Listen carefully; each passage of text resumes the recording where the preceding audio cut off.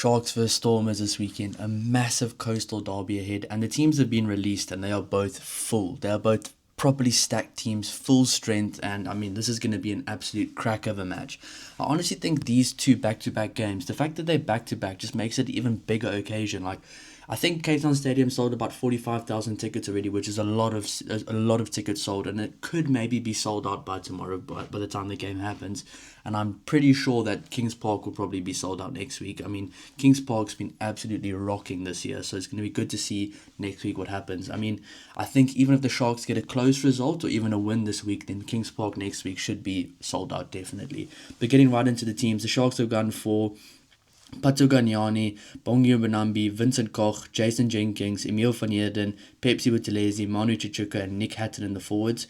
A very solid forward pack for the Sharks. Now, a few years ago, you look at this forward pack and be like, yeah, it's okay, but now it's a really good forward pack. I mean, some guys like Emil van Heerden, Pepsi Buthelezi, Nick Hatton, Patu Ganyani, really showing their worth in the last few weeks. And I mean, the Sharks are on a bit of a run of form recently, and I think once a team starts to realize and know how to win games, it's very hard for them to stop. It's a very, very good skill to have, to know how to win games, even if you're not the better side on the day.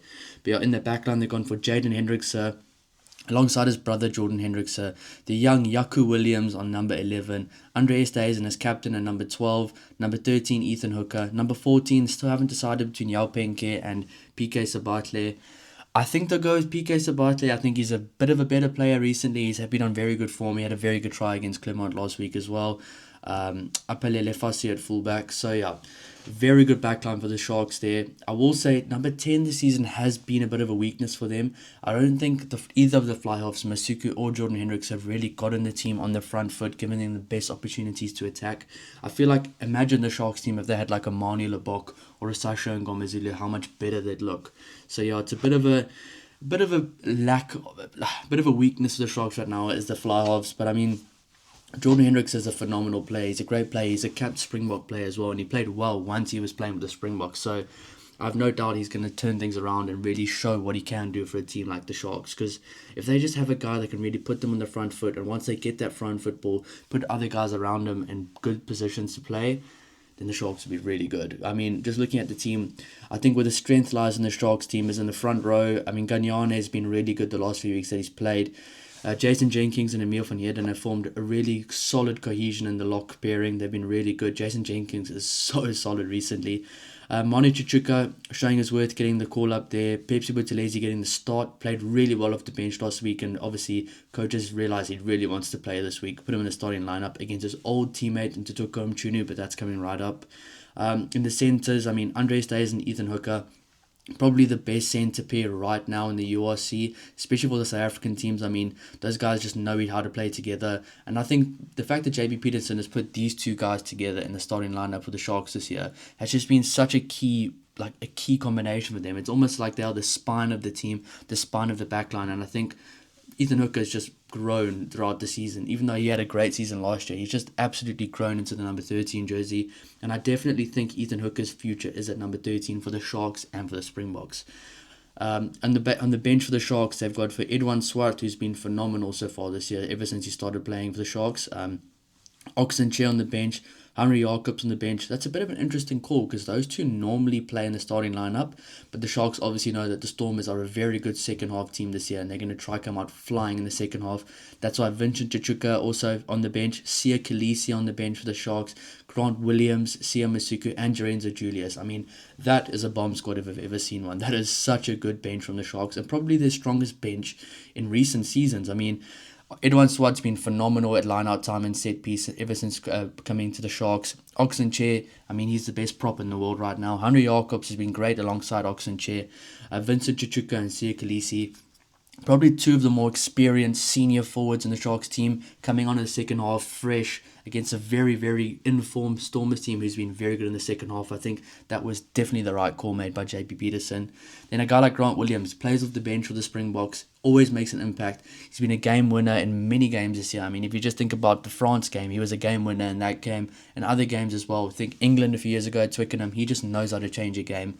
At any second of the game, he can be a game changer. And then a guy like Jerenzo Julius, who might come on the wing, I think, maybe for about Yelpenke or PK Sabata, whoever plays on that wing. But if something were to happen and Easthuizen had to move to the forwards, I definitely think they could bring him on at 12. He had a very good game at 12 last week for the Sharks. And I think the future for the Sharks definitely is Lorenzo Julius at 12 and Ethan Hooker at 13. I know back in high school, Ethan Hooker played 12 and Lorenzo Julius played 13. But looking at it now, I think they're both suited to those positions. Not really a positional switch, just Ethan Hooker kind of plays a similar style to like a JC Creel, and Lorenzo Julius can get over the advantage line for you at any time. And I think it just in the future that for the Sharks it's going to be much better. Lorenzo Julius at 12 and Ethan Hooker at 13. But I mean, that bench for the Sharks is just world class, and there's some really good players there.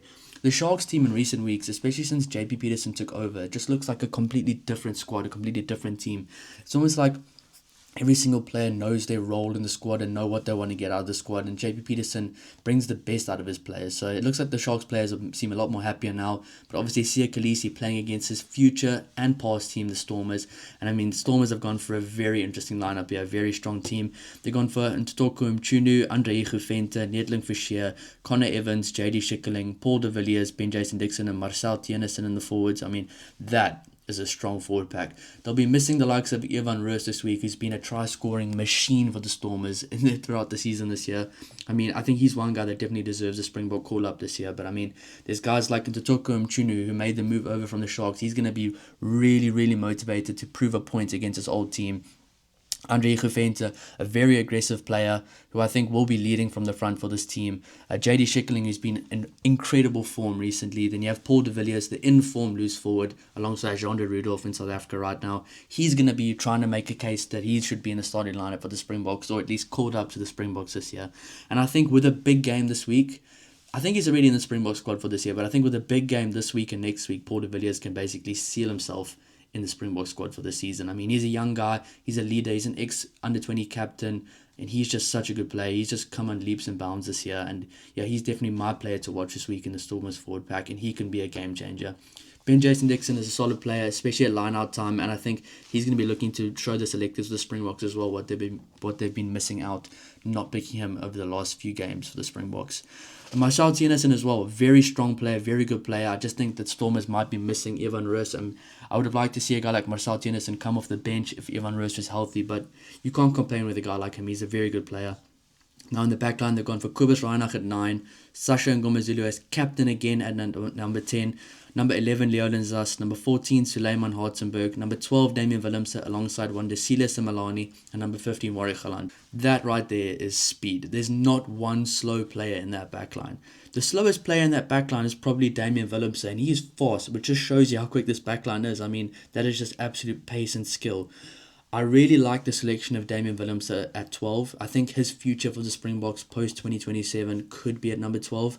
I'd like to see who they put outside of him, though. It could be a likes of Ethan Hooker or Kanan Moody.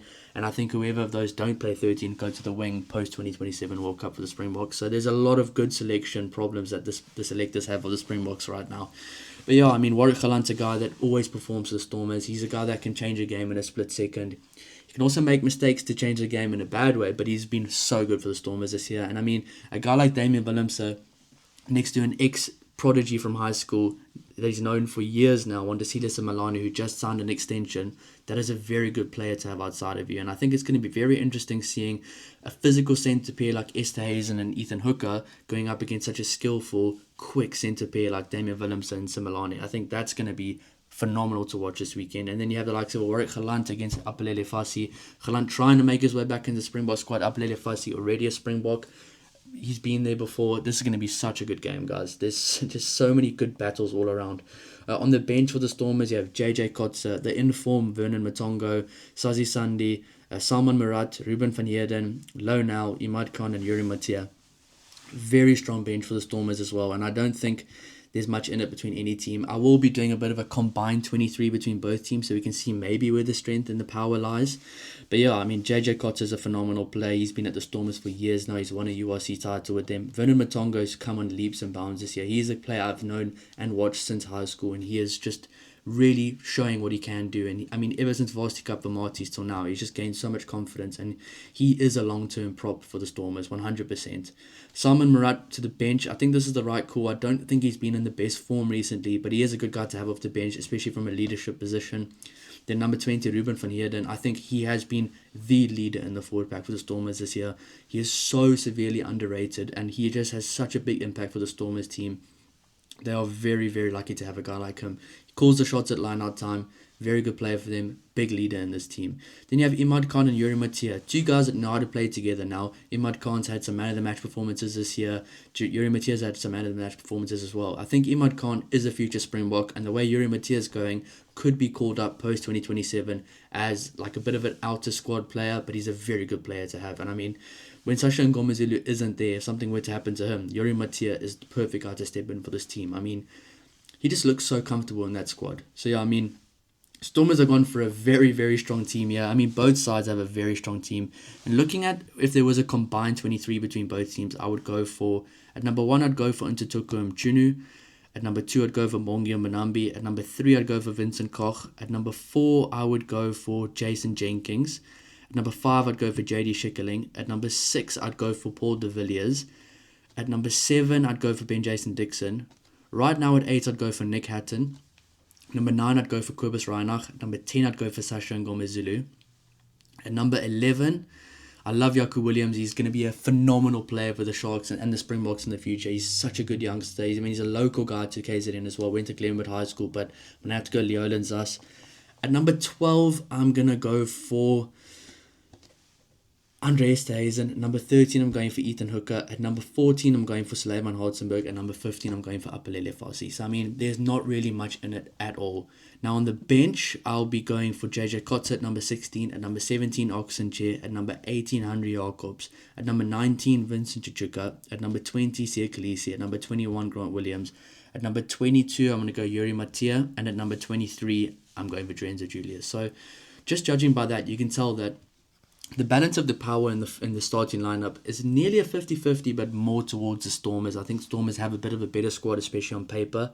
But then if you look at the bench, I think the Sharks do have a stronger bench, but not by much. A lot of those decisions were just because they are experienced Springboks. But the beautiful thing about the Stormers team right now is that they've got so many non-experienced Springbok players that are almost playing as if they've been international players their whole career. They're just absolutely flying right now. They're passing with flying colours as young players, and I think that could be a worry for the Sharks this weekend. I mean, a packed out Cape Town Stadium, hostile environment, Stormers fans everywhere, a pumped up Stormers team ready to prove a point. I do think the Stormers will win this week. My prediction is Stormers by 3, just because I think the Sharks team has honestly improved so much. They've got some players really trying to make a point, and I really think these coastal derbies are always close. These coastal derbies have been close for years now. I know the Sharks haven't beaten the Stormers in the last 4 seasons, or the last 4 times they've played, but historically, the Sharks have actually always got the better of the Stormers in some of these games where you might think they might not be the better team. So it's going to be very interesting. But I think if the Sharks don't win this weekend, that they might win next weekend. But either way, it's going to be a very good game. My prediction is Stormers by 3. I am a Sharks fan, but I mean, this is going to be a phenomenal game. As a neutral, as a Springbok fan, this is going to be absolutely awesome. There's pace everywhere, there's power everywhere, there's Springboks everywhere, there's potential Springboks everywhere. This is going to be awesome, guys. And if you did enjoy that video, if you do enjoy the content, you want to see more, please don't forget to like and subscribe to help the channel grow. We're trying to get to 1,000 subscribers as quick as possible. Ciao, guys. We'll see you in the next video. Cheers.